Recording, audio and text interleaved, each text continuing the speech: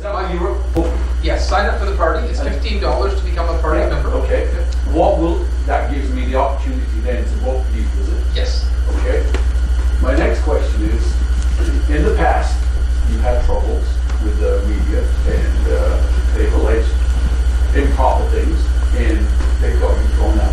How are you going to get over that? Because I've heard already people say, Patrick, he doesn't stand a chance because of his past. I personally don't agree with that, right? I can listen to you today, and I'm very impressed, actually. So that's the culture that's going to try and destroy you. Well, there's certainly a cancel culture in this country. In my case, not many Canadians, when they face that pushback, in my case, I pushed back and I won. It took 4 years, but I won. And so, I think Canadians want someone that will stand up for themselves. I think Canadians want someone that will show resilience in adversity. I think one of the reasons right now that we're leading in new membership sales is that Canadians know that I'm a fighter, and it's long overdue to have a fighter in Ottawa, not someone who will simply go along with the broken status quo. And if we continue to do what we've done in the last 3 weeks and get more and more Canadians who aren't party members like yourself, if you're a party member, you're not normal. 99% of Canadians never join a political party. And so rather than cater to just the small amount of Canadians that are current party members, we're the campaign that's out there all day long trying to grow the reach of the party. And if we're successful and continue to be successful at doing that at the rate we're doing, we're going to win this leadership. And we'll have built a political party that will actually have the capacity to win the next election. Thank you. I like your answer that you're going to stand up for yourself and eventually you won, and justice prevail. Okay? And I admire you for that, so thank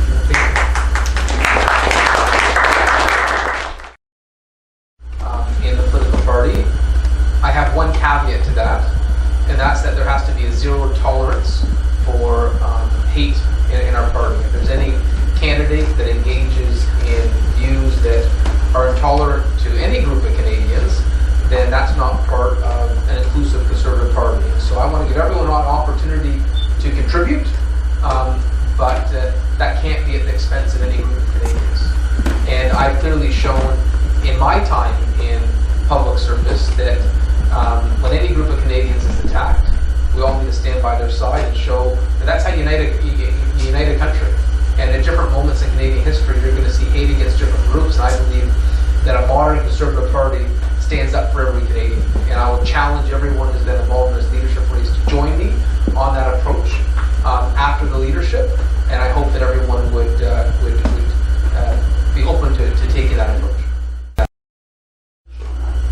So, I think Pierre's playing some politics here. He just ran in a federal election where he was the finance critic, and he ran on a carbon tax. He ran on actually a carbon tax on a carbon tax. I was the first mayor in the country to come out against the carbon tax increase. I thought it's absolutely the wrong time. But they increased the carbon tax on April 1st, and it wasn't an April Fool's joke. They actually raised taxes at a time the country is struggling post-pandemic, struggling with the volatility in international markets because of what's happening in Ukraine. And so, I was the first Conservative politician to lead the charge against that increase.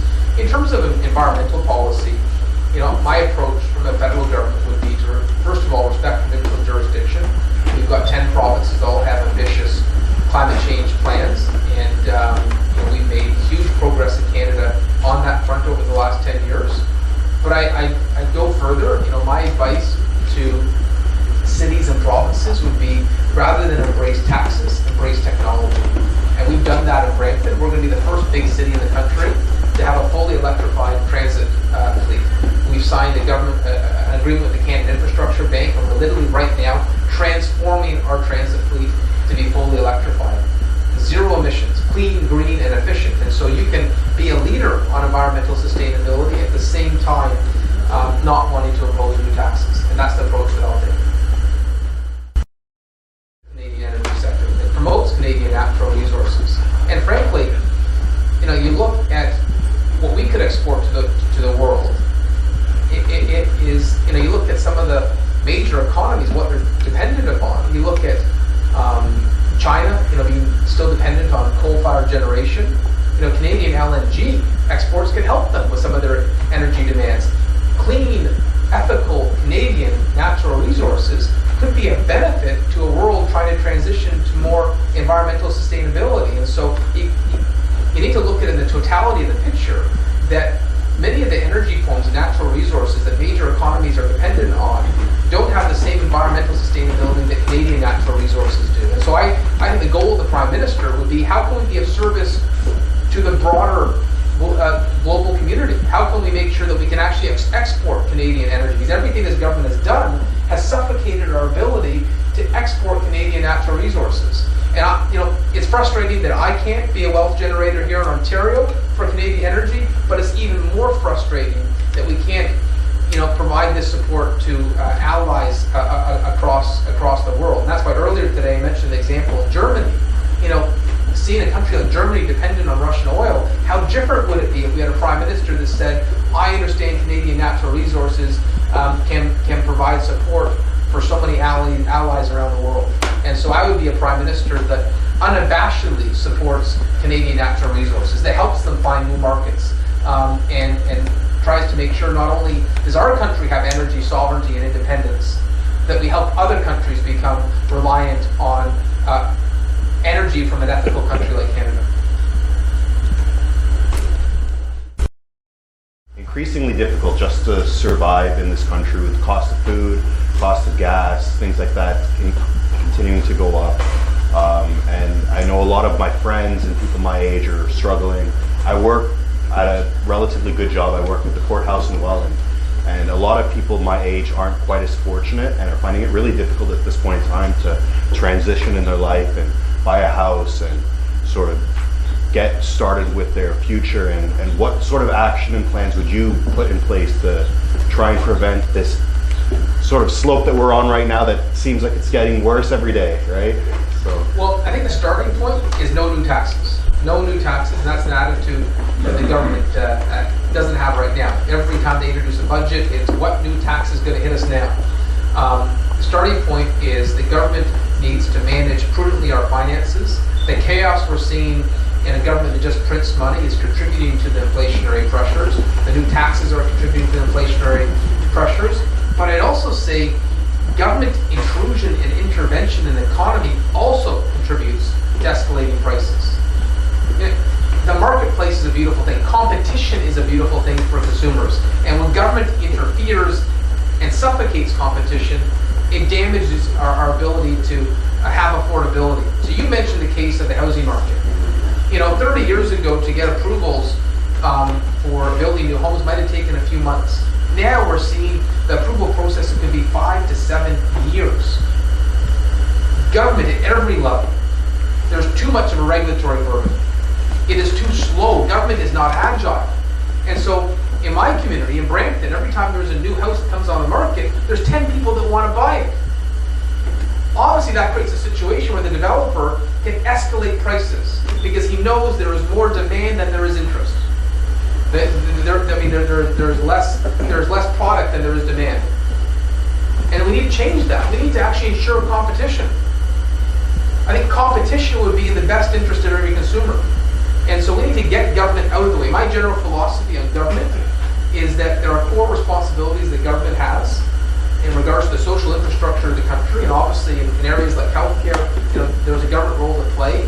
But government intrusion in so many sectors in the private sector are dangerous, and it damages our free market. And so I believe in the free market. I believe in competition, and I will look at every way we can to make sure that the regulatory intrusion in the Canadian private sector is diminished. I want to encourage competition. Build a business, to grow a business, to hire, to invest. And let me give you a local example and compare it on an international level. in Brampton, before I took over, we had among the highest taxes in the GTA. And then, of course, I went on a period where I literally fought every year to stop any tax increase. And the reason I did that is my economic development department said every time we make a pitch for a company to come to Brampton, they want to know what the taxation rates are compared to other municipalities. And don't think for a second that when there's international investment at play, they're not looking at what the cost of production is in Canada compared to other countries. So if you want to land major investment, you actually need to be competitive on the totality of costs that exist. And so right now, our sales pitch for our country isn't great. Come to Canada, we have more regulatory burden than other countries. Come to Canada, we have higher taxes than other countries. Come to Canada, it takes longer to get product to marketplace than other countries. We need to change that. We need to have a pitch that prime ministers and ministers of industry can take around the world and say, come to Canada, it's the easiest place to invest. It is the easiest place to invest. And if you do that, you're going to have an economy that is producing businesses, creating jobs, and contributing to the Canadian Treasury. But when you don't have that environment, and businesses are being pummeled, and sectors are losing jobs and market share, that's when the Treasury is in a difficult position. Further than that, not only will I try to create an economy that is on fire, my goal will be to do a value for money audit of every government department. You know, part of it is the revenue that you can create through a hot economy, but another aspect of government is making sure that every expense is justified. And the value for money audits that I did in the city of Brampton was what allowed us to run balanced budgets. And boy, does Ottawa need that. They haven't had that culture for a very long time. I'm not sure government itself wants to be home builders, but I believe that we could look at increasing supply. But you put a cap on it. Yeah, I'm not interested in any new government departments or an expansion of government. I don't want government to be home builders. Anything government do will be slower and more expensive than the private sector. Don't trust government to get into new areas. They will find a way to make it 10 times more expensive. Having said that, would I be open to increasing more supply through government lands? Absolutely. I think there is significant land assets, both municipally, provincially, and federally, that can be utilized to create more supply. Is retired now, but she worked in that space for decades. And what I recognize is that there are supports available under the age of 18, and then there's a giant cliff, and it just disappears. And we abandon a lot of Canadians.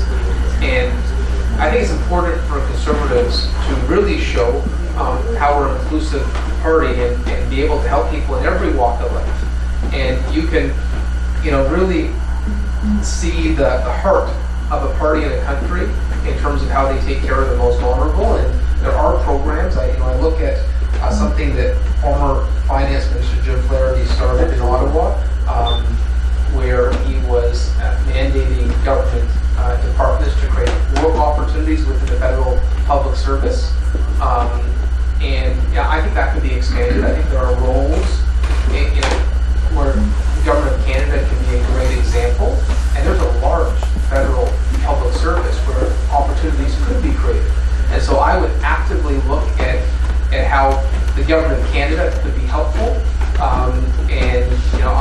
I understand that cliff exists, that supports disappear. A lot of those supports are provincial, but I believe there's areas for federal contribution.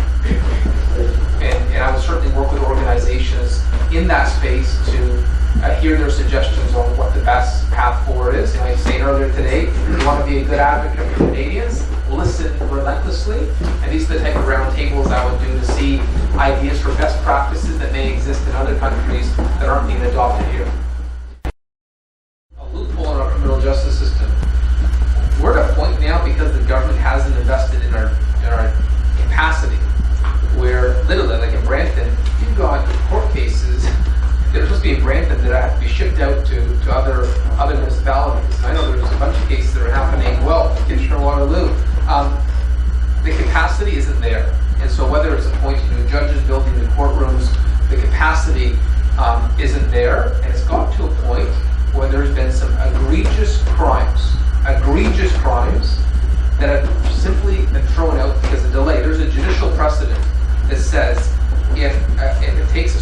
period of time to get to trial, and that time is expired, they throw the case out. And so literally that's happening every month, where there are people who have committed an egregious crime against our community, and because the government hasn't invested in proper judicial capacity, they're off. Get out of jail card. And so there are literally a litany of like 25 different examples I can speak of where there are loopholes in our justice system, and the government is asleep at the switch. Let me share another one. You know, right now, 90% of the guns seized in crimes in the GTA are smuggled. So illegal weapons that are smuggled from south of the border. So the first question has to be, how are weapons getting across the border? How have we not secured our border to the point that we can't stop illegal guns from entering our country? Law enforcement has told me gangs have become more sophisticated in the technology they use, but we can't get federal government support to combat it. So one example is, they've noticed that gangs are right now finding innocent cross-border shoppers. So imagine you're going across the border to go shopping, and what they do is they put a compartment underneath the car where there'll be some weapons and a GPS device. The innocent cross-border shopper, you know, a hockey dad or a soccer mom, they'll come back to their home in Canada, they'll park the car, and at 3 in the morning, that gang will come to their property, take the compartment off, and you've never realized that you were innocently smuggling weapons. Gangs have become more sophisticated. We need to give law enforcement the tools and the resources to be just as sophisticated as organized crime. And we need a government of Canada that actually listens to our law enforcement, that listens to the challenges and the frustrations, whether it's Crown attorneys or chiefs of police have. And this is just not an area of interest for the current federal government. Literally, I would write them letters, the public safety letters about giant loopholes, whether it's dangerous offenders or bail reform or the smuggling of weapons. You wouldn't even get a response back. This is not an area of interest for Justin Trudeau, and it's one of the many reasons that we need to have a conservative government that has a much more balanced approach. Trudeau ran on a campaign to legalize cannabis, and it was successful. Since that point, that vote happened in the House of Commons, and all the political parties have said they're not going to revisit the issue. And so, you know, the answer you may want to say is that, you know, the Conservative Party will revisit the legalization. And I'm going to give you the candid answer that I don't think that's going to be an issue that is going to be revisited. You know, frankly, a lot of the chiefs of police have told me that I've spoken on this topic, that as much as they don't support the substance, and it's not a substance I've ever used or support, you take it out of criminal organizations, then it's no longer a revenue tool for criminal organizations.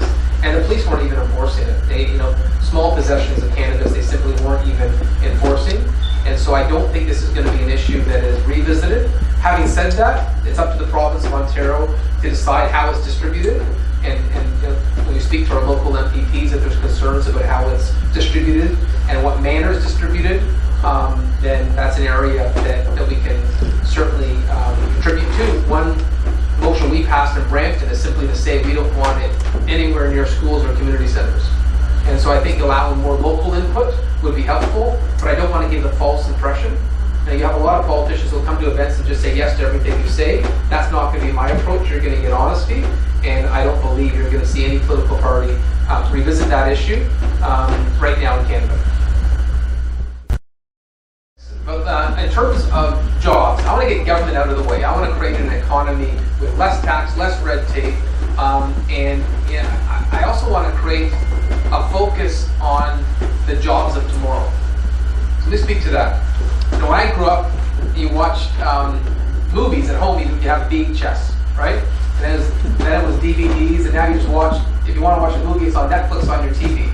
Imagine you were a company that manufactured VHS tapes. There'd be no jobs left, right?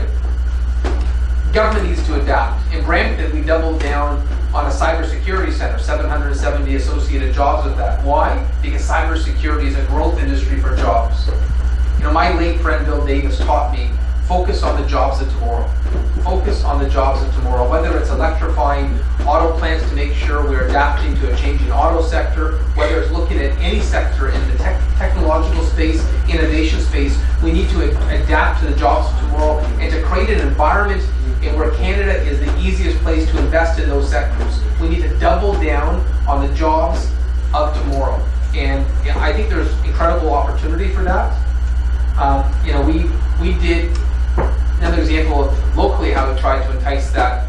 We actually changed our development charges bylaw for the tech space, where we eliminated development charges in a space like space robotics. So now we have MDA that just announced their major expansion in Canada.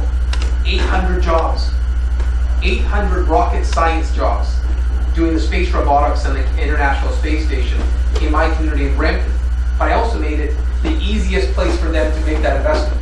Because if they're going to choose to go somewhere in Canada, I need to make sure that there's no financial barrier. So I'm proud we landed MDA's expansion, but I had to make the financial case that it was more affordable for them to do it in Brampton. And it's the same thing on a national level. We need to make sure those jobs we desire, we create a Canadian advantage for those sectors to exist here. And I created a Brampton advantage for the space sector to locate in my community, but we need to do that in every single sector where there is a growth of employment. And that's how you create jobs for young people, by doubling down on the jobs of tomorrow. And in terms of immigration fraud, I'm a big believer in our immigration system. I think we have a massive skill shortage that immigration can help with. We have 30,000 construction jobs that we can't fill right now. We've got gaps in the logistics sector. In terms of fraud, obviously Canada needs to root that out. I don't want a few bad actors diminishing the integrity of a system that has been wonderful for our country. And so, where there is fraud, it needs to be held accountable with the full implications of that misconduct. But it comes down to the basic premise that we can't allow a few bad actors to diminish the beauty of a system that has been so great for our country. So thank you so much, Marody.